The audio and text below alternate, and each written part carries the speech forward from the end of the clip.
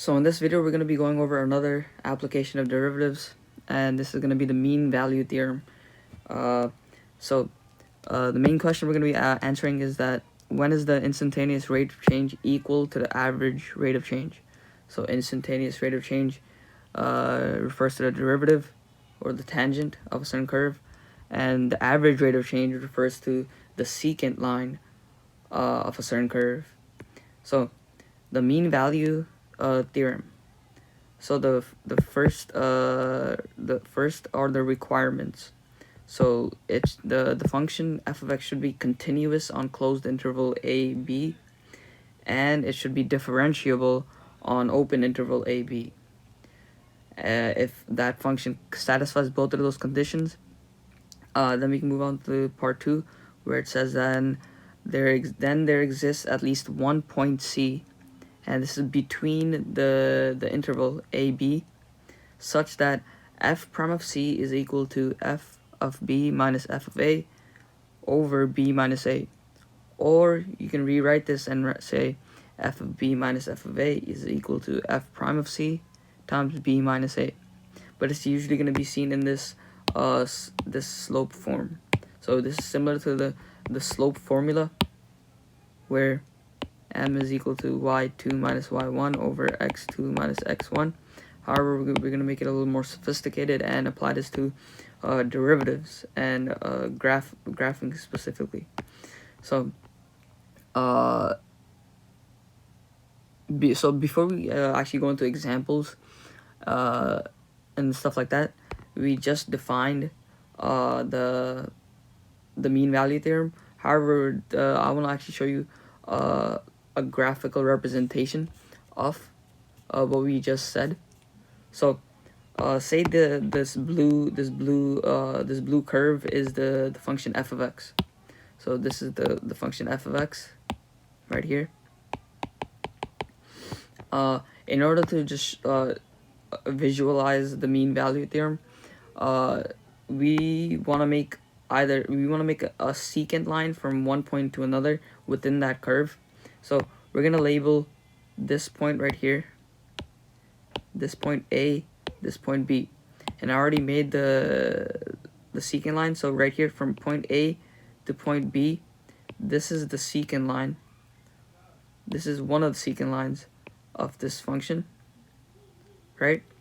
Now we also want to make a tangent line of this function as well. So we can make a tangent line over here at this point. So I labeled it as C2. So this point right here,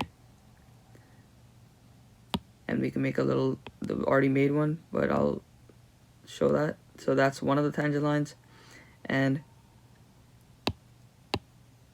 there's another point. We could also make a tangent line over here if you wanted to, but all we need is one tangent line because we want to make sure that both of these slopes are equal to each other. So in other words, the secant line connecting A and B, so this line connecting A and B, and the tangent line, so it's either you could use this tangent line or this tangent line, at these points at x is equal to c, they must be parallel. They must be the same slope. So this is basically saying that if we find the slope of the secant line, we can find the slope of the tangent line. So we can start going into some examples now. So first we're gonna practice checking the requirements. So this first step, we want to practice determining if a function is continuous and differentiable on a certain interval. So let's actually do that. So check requirements.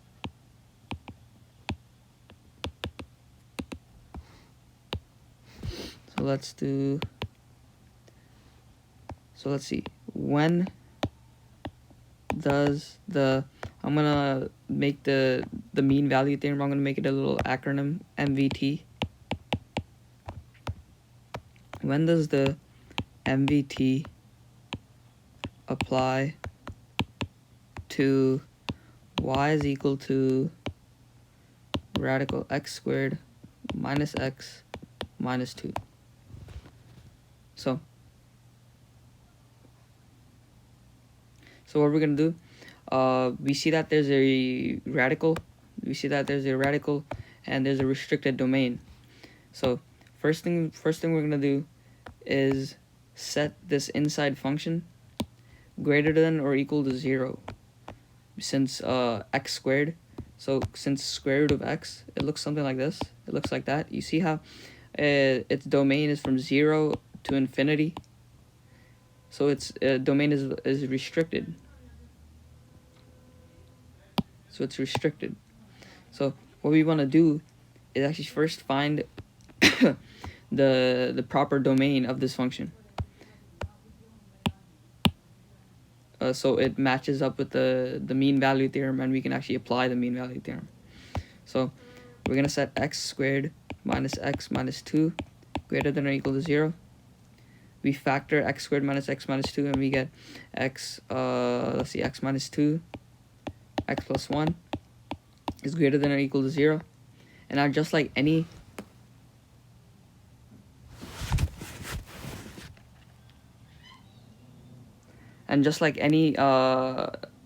polynomial, you just find the roots, but in this case we're going to be solving the inequality.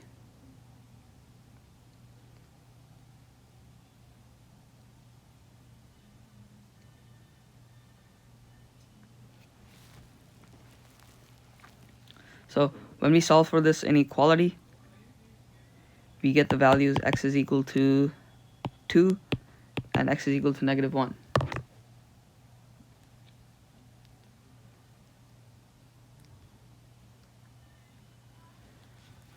So the domain here is basically going to be, so the function itself is going to look something like this.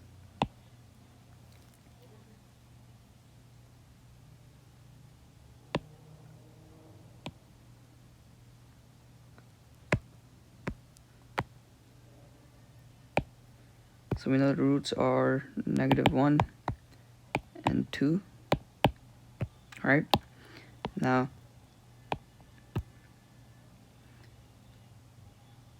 we just need a general sketch of this function.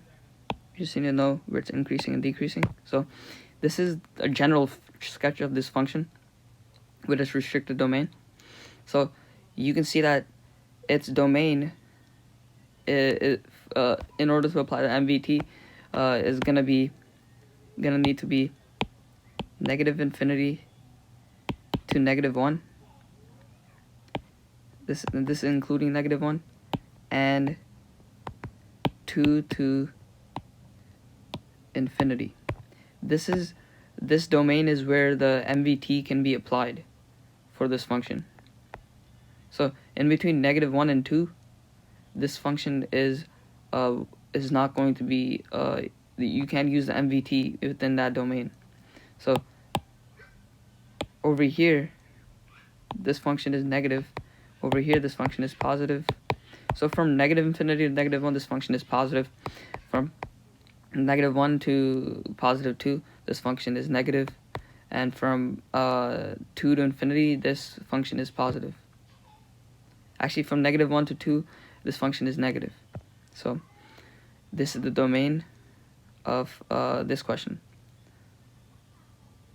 So another question we can actually look at is involving logarithms. So let's do this. Y is equal to ln 5x minus 1 on the interval, closed interval 0, 3. So ln of x, so the basic graph ln of x looks like this, right? With a key point of 0, 1, 0, with a key point of 1, 0. So what we're going to be doing now is trying to understand where the domain of this function is. So this domain of the function is greater than 0. It's greater than 0, and that's because you see there's an asymptote at x is equal to 0 right here. It gets this function gets closer and closer to 0, but not exactly at 0. So now that we have a general idea of what ln of x looks like, we can apply this to this problem. So we know that ln of x looks like that. So what we want to do is first restrict the domain, right? Restrict the domain so we can actually find where this function is applicable with the mean value theorem. So what we're going to do is set 5x minus 1 greater than 0, since the domain of ln of x is greater than 0, and solve this inequality just like any inequality you would solve, and you get x is greater than 1/5. So we get that x is greater than 1/5. So so x is greater than 1/5. So from so x is greater than 1/5. So there's not really certain points that we can actually pick out. And so what this is saying is that this ln f of x minus 1 is only applicable within this domain. But look at what the question is saying. It's saying check the requirements of this function within this domain. But you see that it says that the function of ln f of x minus 1 is greater than 1/5. But the original domain includes 0 values less than 1/5. So the final answer for this question would just be that no, this function is undefined at 0 to 1/5, thus the MVT. So therefore MVT does not apply. Right? So these were just some examples to show how to check the requirements, and it usually involves knowing the domains of certain functions and actually comparing them to the given function. So now let's do some examples where we use the MVT. So we're gonna use the MVT. So the first step we're gonna use the function x cubed minus 6x squared plus 8x on -1, 6. So the first step we're gonna do is basically try to graph and connect. So graph plus connect AB, connect A with B, and then show some tangent lines with the same slope. So this is going to be the first step. First step is we're going to just determine the roots, graph, make a general graph, so we have an idea of what this looks like. So when we factor this,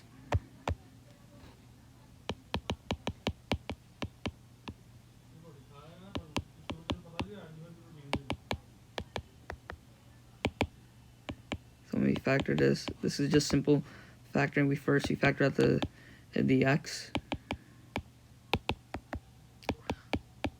then we factor to its roots, and we get the roots. X is equal to 0, 4, 2, and then we also have, in order to graph this function, we just need to evaluate the function at the endpoints as well.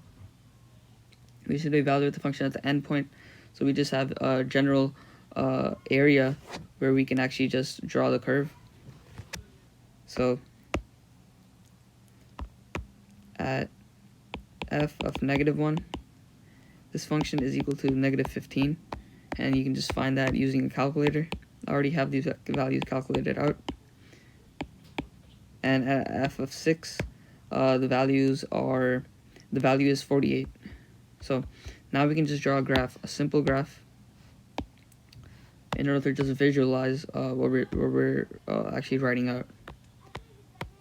So we know that at f of -1, the value of y is 48.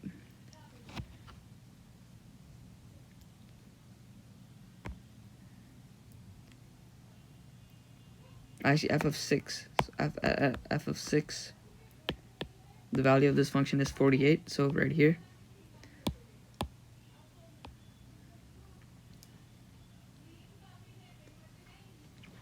At f of -1, the value is -15. I'll place it right here. Boom. Now, we also found the roots right here.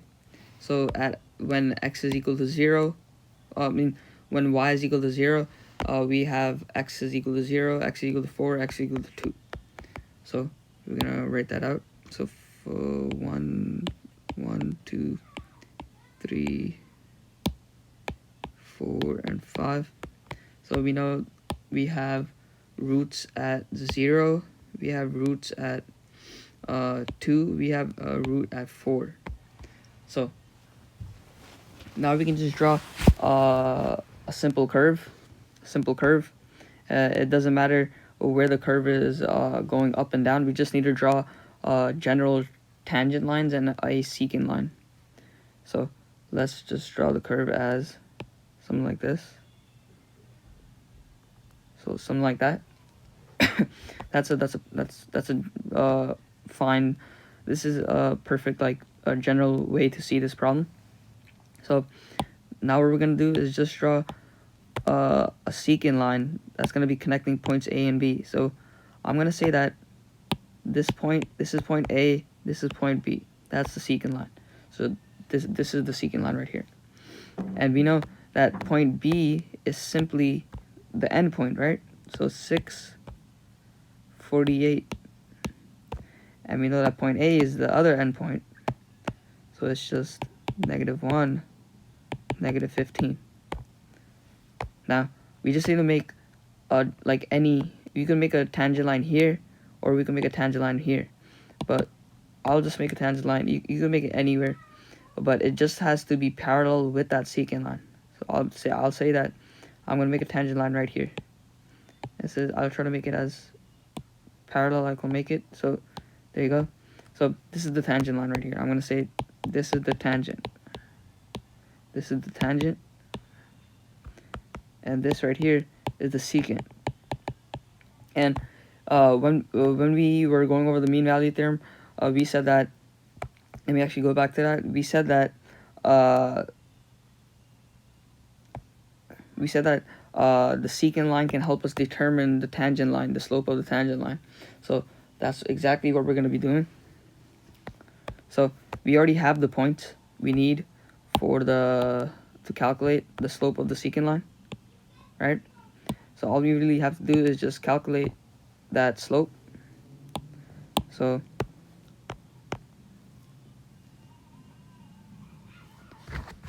we're going to do f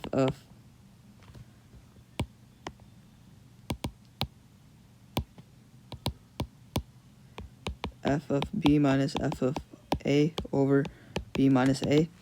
We know that f of b, right, is 48. F of a is -15 over b minus a. We know b is 6, and we know a is -1. It's going to be 6 minus -1. This is 63 over 7, simplified to 9. Now, in order to find the value, the point C, so now that we have the slope, we can actually find the point where the slope of the tangent line is found. Yeah, slope of the tangent line is found. So this is the first part of using the mean value theorem. Now the second part is going to be find the points C where f prime of C is equal to f of B minus f of A. So it's basically saying that find the point C where the slope of the tangent line occurs.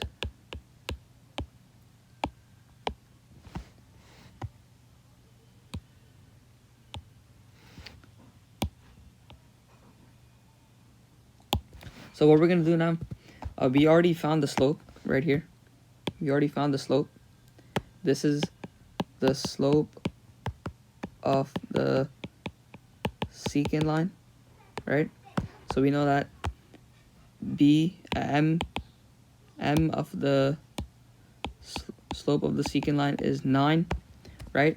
Now we can, since we want to actually set this equal, we want to actually find the point C where the slope of the tangent occurs, and we know that the secant line helps us determine the slope of the tangent line. We can just set 9 equal to the derivative of the original function.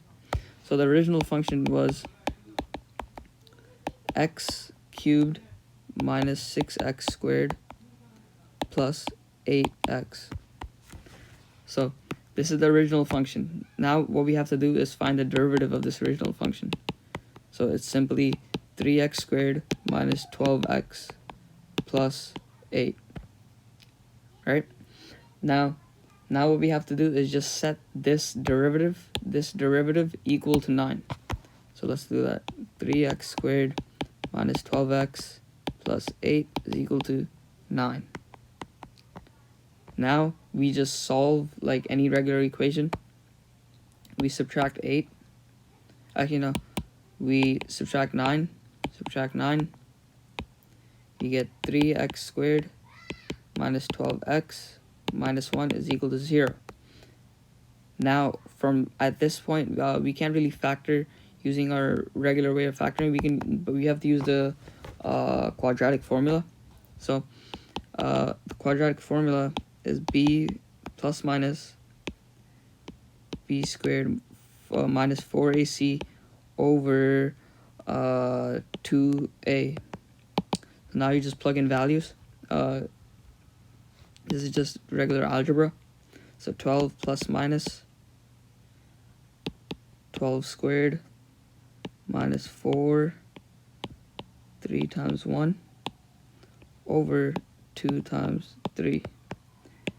And when you calculate this out, you get a value of, so there's going to be two values, one with the positive root, and one will be the negative root. Because of this positive negative sign in the quadratic formula. So the values you will get is negative 0.8 and 4.08. These are just approximate values. So those point C's, so C is equal to negative 0.8 or 4.08. This is where the slope of the tangent line occurs for the function x cubed